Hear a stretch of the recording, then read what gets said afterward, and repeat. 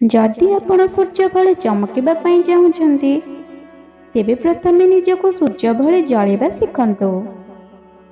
स्वप्न सत करिबा पूर्वरु प्रथमे स्वप्न देखिबा शिखंतु। स्वप्न सेइटा नुहे जहा आपण निदरे देखंती। स्वप्न सेइटा जहा द्वारा आपणको आखि को निद ही आसेनी। महान स्वप्न देखुथिबा लोकर महान स्वप्न दिने ना दिने निश्चिंत पूरण होइथाए। पर्वतर शिखर रे पहुँचबा पई हेले धैर्य शक्ति एवं संपूर्ण एकाग्रतार आवश्यकता थाए। से पर्वतर शिखर हेउ किंबा आपणको जीवनर लक्ष्य हेउ। वर्षा समय रे पक्षी माने मुंड गुंजिबा पई आश्रयस्थल खोजंती, किंतु चिल्ल बादलर उच्चता को पार करी ता ऊपर उड़ी थाए।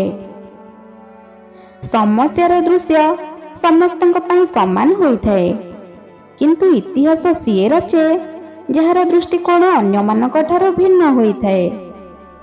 जे निज हृदयରୁ काम କରନ୍ତିନି ତାଙ୍କୁ सफलता अवश्य प्राप्त ହୋଇପାରେ, किंतु से सफलता केवल फांका माठिया भଳି ହୋଇଥାଏ।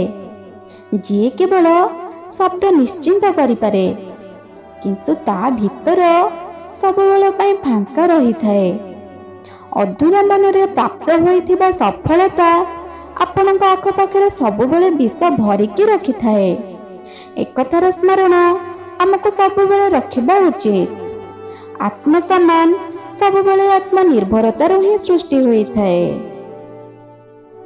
से पर्यंत लढ़िबा छाड़ंतुनी जे पर्यंत आपण जीवा पई निष्पत्ति नेइथिले। आपण अद्वितीय अटंती। जीवन रे गोटे लक्ष्य रखंतु, लगातार ज्ञान प्राप्त करंतु, कठिन परिश्रम करंतु एवं एक महान जीवन को प्राप्त करने पाई सबुबेले दृढ़ मनोबल रखंतु। छोट लक्ष्य एक अपराध अटे। निज जीवनर लक्ष्य सबुबेले बड़ रखंतु। एहार स्मरण आमको सबुबेले रखिबा उचित। आमको केबे हार मानिबा कथा नुहे, किंबा समस्या आमको हराओ एहार अधिकार मध्य आमे ताकू दबा कथा नुहे। लगातार मिलुथिबा असफलतारे मध्य निराश होबा कथा नुहे, कारण बेले बेले पेंथार शेष चाबी रे मध्य ताला खोली जीवो एहार संभावना थाए। एवं गोटे छोट संभावना मध्य यथेष्ट अटे सफलतार बड़ शिखर को अति सहजरे पार करिबा पई। आपण आपणक भविष्यत को बदलई पारिबे नाही, किंतु निजर वर्तमान को निजर कर्म द्वारा निश्चिंत बदलई पारिबे। एवं आपणकर परिवर्तित वर्तमान आपणक भविष्यत को निश्चिंत परिवर्तन करिबो। सारा जीवन खुशी रे रहिबार एक गुरु मंत्र हेउची केबे काहाठारू किछि भी अपेक्षा करंतुनी। जदि अपेक्षा करिबार अछि सबवेले निज ठारू करंतु। ईश्वर आमर सृष्टिकर्ता आम मस्तिष्क एवं शरीर रे असीमित शक्ति एवं क्षमता देइछन्ति।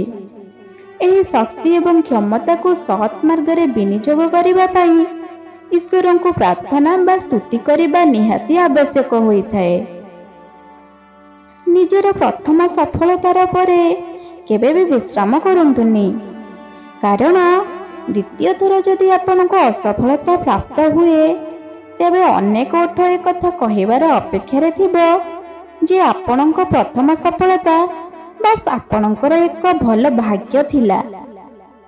एही गोटे कथा को सबवेले स्वीकार करंतु जे सब किछि को परिवर्तन करिबार दायित्व आपणकर नुहे। तेणु निजर संपूर्ण ध्यान निज उपरे रखंतु। जदि पारुचंती निजको परिवर्तन करंतु। केवल अपेक्षा करिथिबा लोक को सेतिकी प्राप्त हुए जेतिकी चेष्टा करिथिबा लोक छाड़ी देइकी जांती। जदि कौनसी समाज को भ्रष्टाचार मुक्त एवं एक सुसमाज रे परिणत करिबार चेष्टा करा जाए तेबे मोर संपूर्ण विश्वास जे 3 जन सदस्य काम को निश्चिंत करि परिबे। से हेउछंती माता पिता एवं गुरु। माता पिता एवं गुरुंकर आजिर बलिदान ତାଙ୍କ ପିଲାଙ୍କର ଭବିଷ୍ୟତକୁ ଉଜ୍ଜଳମୟ କରିପାରିବ।